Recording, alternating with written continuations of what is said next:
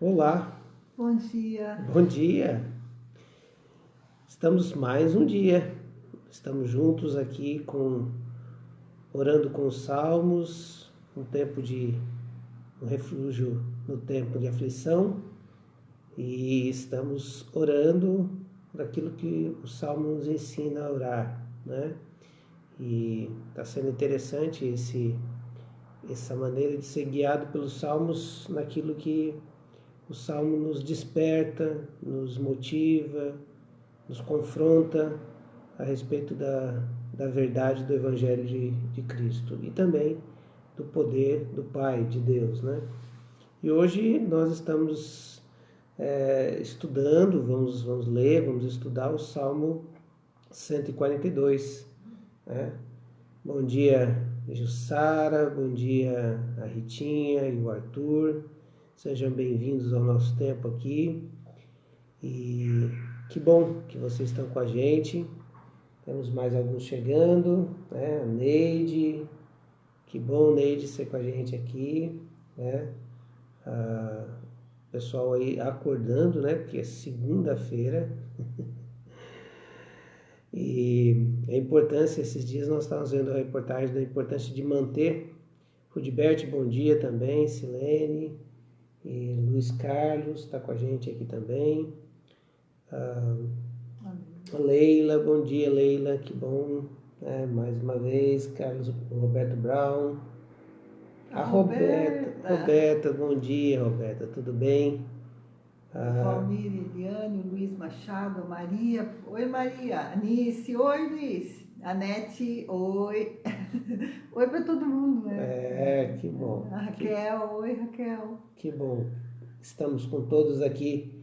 Já a Anice entrando aqui também, a Vânia, né? Também. A Vânia e o Jorge. Pessoal bom. Chegando, né? Chegando aí no nosso tempo. Salmo 142. Esse foi um salmo que a Vera nos comentou, né? Vera do Luiz, que é um salmo que chama muita atenção dela, que ela gosta muito. Então nós vamos pensar um pouquinho nesse salmo e orar aquilo que o salmo está nos ensinando a orar, né? Então, queria que a Cris estivesse lendo esse salmo 142 e depois disso nós vamos pensar nele. Em alta voz clamo ao Senhor, elevo a minha voz ao Senhor, suplicando misericórdia. Derramo diante dele o meu lamento, a ele apresento a minha angústia. Quando meu espírito desanima, és tu quem conhece o caminho que devo seguir. Na vereda por onde ando, esconder uma armadilha contra mim. Olha para a minha direita e vê, ninguém se preocupa comigo. Não tenho abrigo seguro, ninguém se importa com a minha vida. Clamo a ti, Senhor, e digo, tu és o meu refúgio, és tudo o que tenho na terra dos viventes. Dá atenção ao meu clamor, pois estou muito abatido. Livra-me dos que me perseguem, pois são mais fortes do que eu. Liberta-me da prisão e renderei graças ao teu nome. Então os justos se reunirão à minha volta por causa da tua bondade para comigo. Salmo 142. Amém. Amém. Alguns queridos chegando aí, nós estamos estudando o Salmo 142.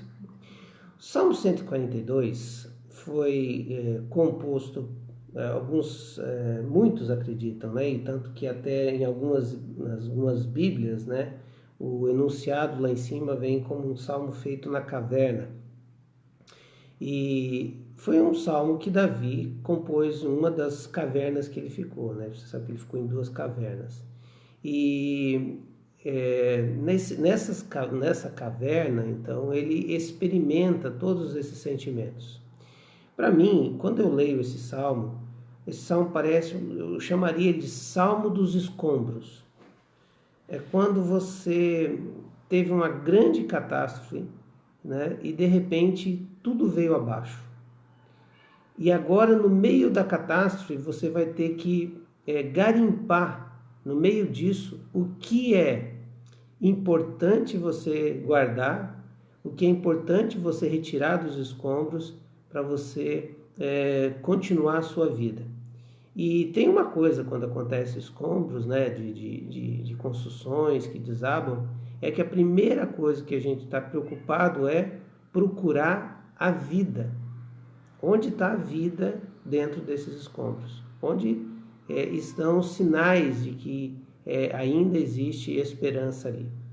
Por isso eu queria que você pensasse comigo nesse salmo como um desabor, né? Um desabamento que aconteceu na vida de alguém. E foi o que aconteceu na vida de Davi. Ele deixou de ser o rei, aliás, ele estava para ser o rei, foi até coroado, porque essas perseguições eram do rei Saul, né? Ele foi coroado rei lá na casa, né, do seu pai, era para ele tomar o posto e aí o rei Saul perseguiu. Bom, em resumo, ele estava numa caverna para se abrigar, porque senão ele ia morrer. E esse salmo foi composto de uma forma que parece que, quando ele passa, parece que ele passa uma catástrofe sem esperança e sem sentido. Mas, na verdade, esse salmo é um salmo de esperança. Acho melhor você abrir lá, meu amor. Nossa gata está miando aqui, né? Coisas de live, né? E quando nós temos esse tempo de olhar esse salmo e perceber a situação onde esse homem estava, a gente pode tirar algumas lições para nós. Lições da dor. O que se faz na dor? Como a gente tem que garimpar as coisas que acontecem na dor. E numa situação de dor que nós sofremos, existem 4 circunstâncias que a gente tem que cuidar. Existem mentiras nessa dor, existem verdades nessa dor, existem convicções nessa dor, e existem reações que nós devemos ter a essa dor. Tudo isso faz parte, está nesses escombros, e nós precisamos garimpar. Por isso eu queria começar dizendo que o versículo 1 e 2 revela a dor, mostra a dor. Ele está clamando em alta voz, ele eleva a voz ao Senhor, ele suplica por misericórdia, ele derrama diante de Deus o lamento dele e ele apresenta a angústia dele. Isso aqui é dor. Isso aqui é dor da mais profunda possível. É alguém que está com o coração dilacerado e está totalmente exposto, não tem muita perspectiva. Essa é dor.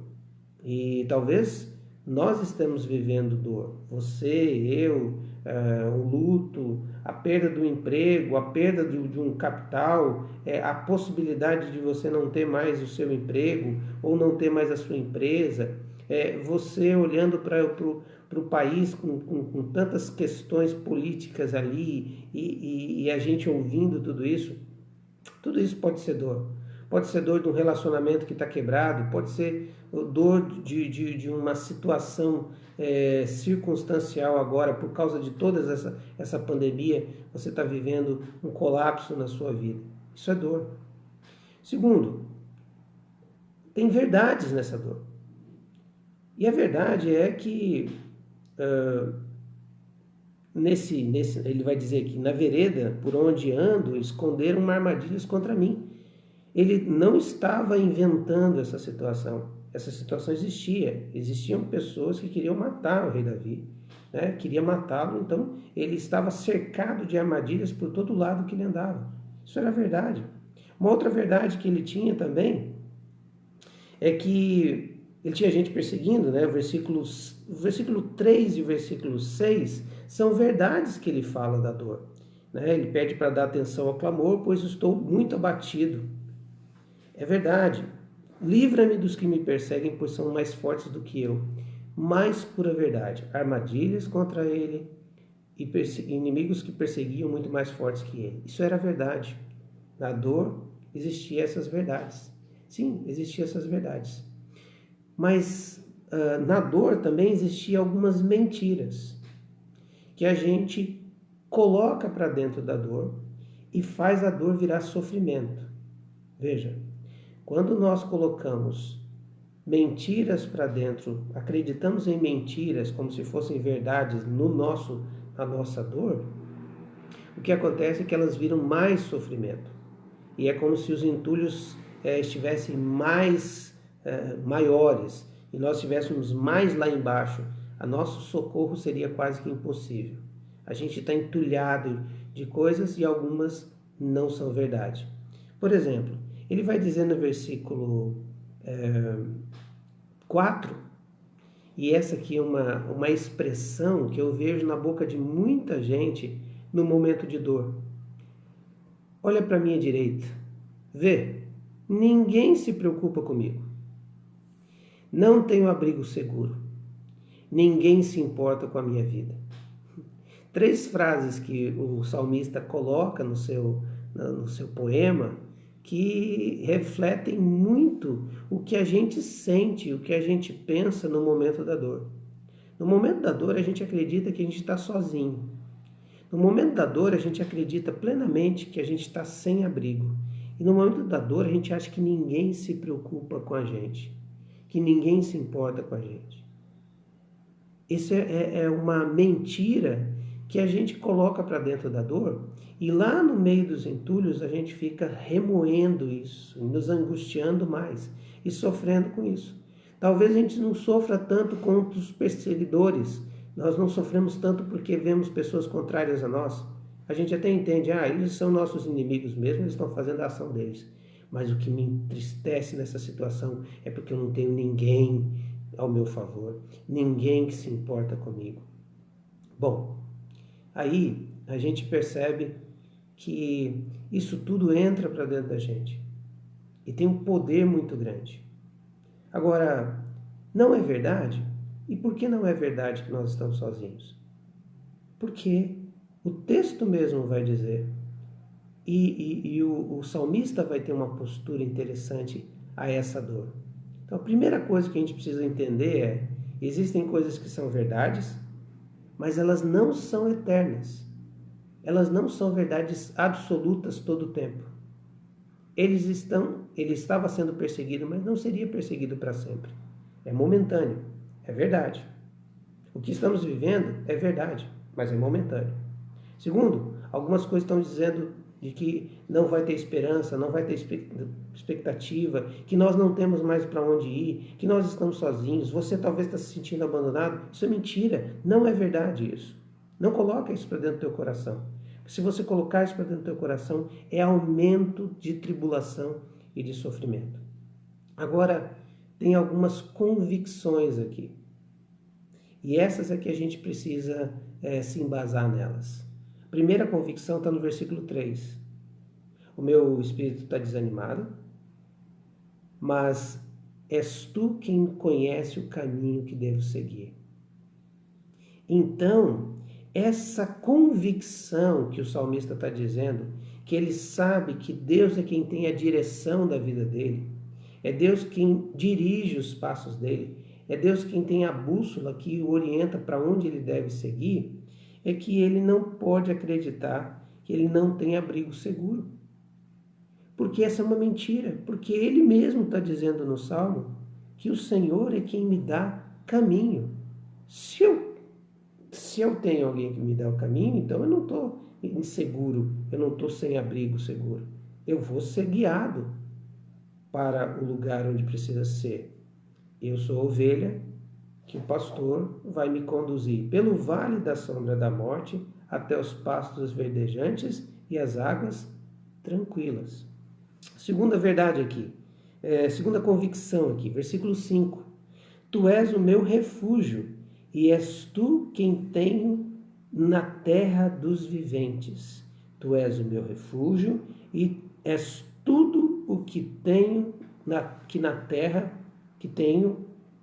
dos viventes. É tudo que eu tenho na terra dos viventes e o Senhor é o meu refúgio. Então, essa convicção, ela destrói as mentiras que eu coloquei para dentro de mim. Olha à minha direita, não tem ninguém que se preocupa comigo. O Senhor se preocupa com você porque Ele é tudo que você tem. Eu estou sozinho? Não, você tem a Ele, que é tudo que você tem. Ah, eu estou sem refúgio, eu estou sem perspectiva. Mas Ele é o seu refúgio. Ele é o meu refúgio. Ele é a minha esperança na terra dos viventes. Ele é tudo para mim, Ele é meu bem maior. Olha só que coisa louca nesse salmo. O escombro, o salmo dos escombros. Ele, então, começa sofrendo, ele começa tendo verdades, dizendo verdades. A situação é horrível mesmo. E é horrível. Só que se eu ficar assim, eu viro aquele que é o realista. Sabe o realista da situação? Que você senta com ele, ele conta tudo que está acontecendo e você não pode dizer, né, mas não é verdade. Não, tudo é verdade. Mas ele é um realista, só isso. Ele está só passando para você a realidade.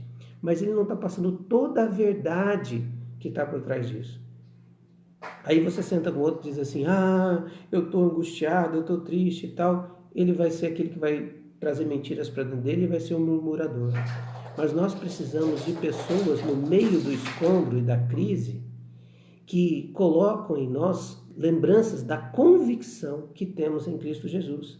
E o Salmo tem essa função. O Salmo não é para deixar a gente com o sentimento da realidade como ela está, e nem da murmuração, porque não está acontecendo as coisas. O Salmo está aqui para a gente reforçar as nossas convicções. Quarta, né? Convicção. A bondade de Deus para com ele. Ele vai dizer, eu vou me reunir com os santos, né? Com os justos por causa da tua bondade para comigo. Ele sabe que esse Deus é o refúgio, que é o caminho, vai mostrar o caminho que ele deve andar, é tudo que ele tem na terra dos viventes e que a bondade dele está com ele. Então não faz sentido outra coisa a não ser a gente depositar a nossa confiança nesse Deus. Depositar a nossa confiança nesse Deus de maneira muito especial. E, por último, as nossas reações.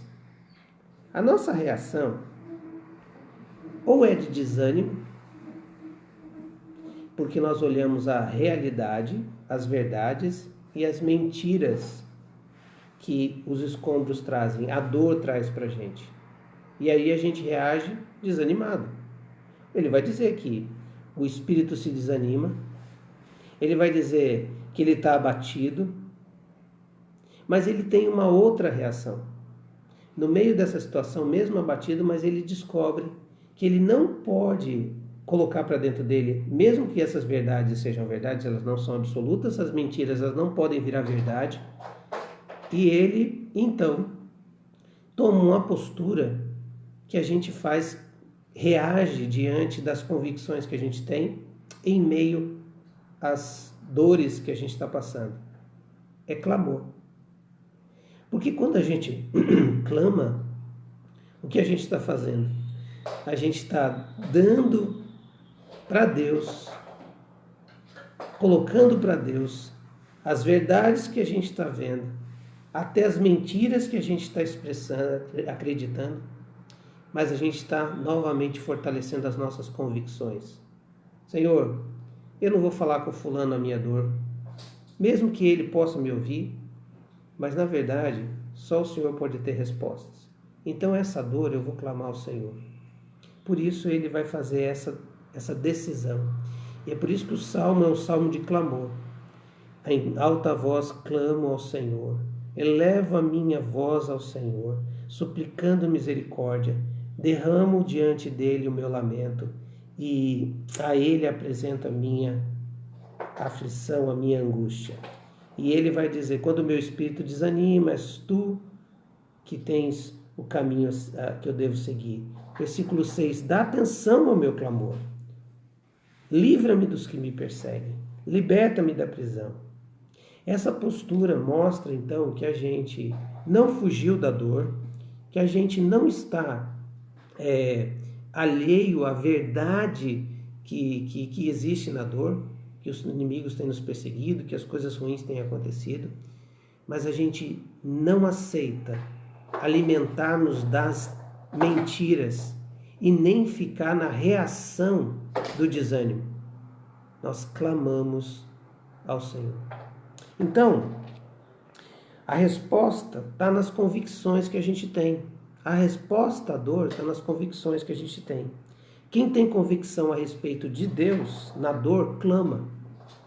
Porque sabe que é nele que a gente encontra refúgio, é ele quem tem o caminho a seguir, é ele quem é tudo para nós na terra dos viventes e a bondade dele nos cerca a todo momento. Então, queridos, clame ao Senhor. Coloca a sua angústia diante do Senhor. Abre a sua boca diante de Deus. Chora diante de Deus. Porque toda vez que você faz isso, o Senhor te enche das convicções dele e renova a sua esperança para que o momento onde haverá o livramento, você vai poder render graças ao Senhor, ao nome dele, como diz no versículo 7, porque você vai se reunir novamente aos justos por causa da bondade dele. Agora, o tempo que nós estamos vivendo é tempo de clamor. O tempo que nós estamos vivendo é tempo da gente colocar diante de Deus a nossa angústia. Quando você queixa para os outros, é murmuração. Quando você guarda para si, vira desânimo. Mas quando você coloca para Deus, vira clamor. E Deus não resiste o clamor do seu povo. Ele se coloca à disposição, porque Ele é quem tem o caminho, Ele é quem é o meu refúgio, Ele é o que eu tenho na terra dos viventes e a bondade dele me cerca. Que o Senhor tenha usado esse salmo na sua vida, que o Espírito Santo te tenha ajudado a garimpar no meio da crise e da luta os raios da presença de Deus, da luz de Deus. E que no meio da dor você tenha convicções que fazem com que você possa continuar crendo e clamando ao Senhor. Então, vamos clamar? Vamos orar assim? Senhor, em nome de Jesus, eu quero colocar diante do teu altar esse dia. Eu quero clamar, Senhor, por esse dia e as resoluções que esse dia trará. Alguns de nós temos que tomar decisões tão sérias, tão pesadas, tão difíceis. Alguns vão ter que abrir mão de algumas coisas. Outros terão, ó Deus, que ter conversas desagradáveis. Alguns terão, ó Deus, que se posicionar diante de outros queridos e dizer para eles que o emprego não existe mais. Talvez alguns sonhos que estavam sendo projetados vão ser demolidos. E talvez nesse dia muitos estão sentindo em meio aos escombros. Senhor, que no meio dessa dor, teu povo lembre-se das tuas palavras. Lembre do Salmo 142. Lembre como o salmista lembrou de quem é o Deus que lhe serve. E que isso se sedimente tão forte, vire uma rocha dentro dele, inabalável, as suas convicções a respeito do Senhor, de quem o Senhor é na nossa vida. E assim, Pai, a gente possa abrir a nossa boca e chorar diante do Senhor. Obrigado porque nós podemos clamar ao Senhor. Obrigado, Senhor, porque nós podemos abrir a nossa boca e dizer do mais profundo do nosso coração. Pai, não deixa esse clamor ficar dentro do nosso peito para nos desanimar. E nem que esse clamor vire murmuração na nossa boca para nos enfurecer. Mas que esse clamor vire oração, súplica ao Senhor. E eu sei que do alto o Senhor nos responderá. Abençoa, Senhor, os teus servos nesse dia. Direciona os teus servos nesse dia. Seja o refúgio deles nesse dia. E que, ó Deus amado, para a glória e honra do teu nome, nós possamos nos reunir para que ele possa contar, ela possa contar da bondade do Senhor. Que ela possa bem dizer o teu nome. Ele possa bem dizer, render glórias ao teu nome, graças ao teu nome.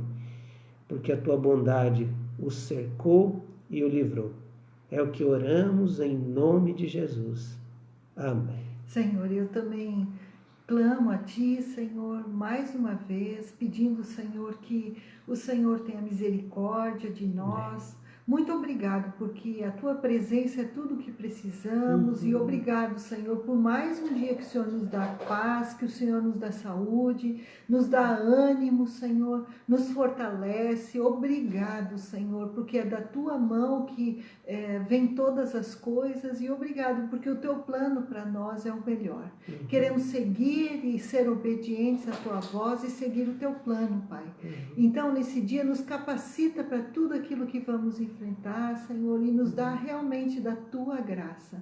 Continuamos orando pelos enfermos, os queridos todos que precisam de cura, que o Senhor coloque a tua mão e dê graça, Senhor, para aqueles que estão precisando, pelo nosso país, Senhor, pelos enlutados, as famílias queridas que estão com dor. Ó Pai, que sejamos sensíveis à dor e saibamos espalhar, Senhor, o bálsamo que é a tua grata mão, Senhor. Muito obrigado por esse dia, em nome de Jesus. Amém. Gente, eu quero pedir desculpa a vocês, porque hoje a nossa gata ficou aí, nós tomamos a decisão errada de colocá-la na sala. Então vocês desculpem a gente.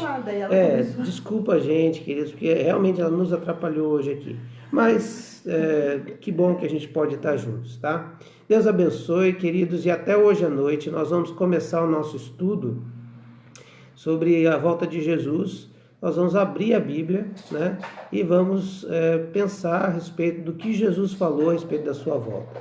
Não é estudo teológico no sentido de linhas escatológicas do fim do mundo, é o que Jesus disse a respeito do fim. Tá bom? Então hoje às 19 horas começa o nosso estudo. Nós vamos estar abrindo a Bíblia em Mateus 24, Marcos 13 e Lucas 21 e pensar sobre isso. Tá bom? Deus abençoe, um bom dia na graça do Senhor.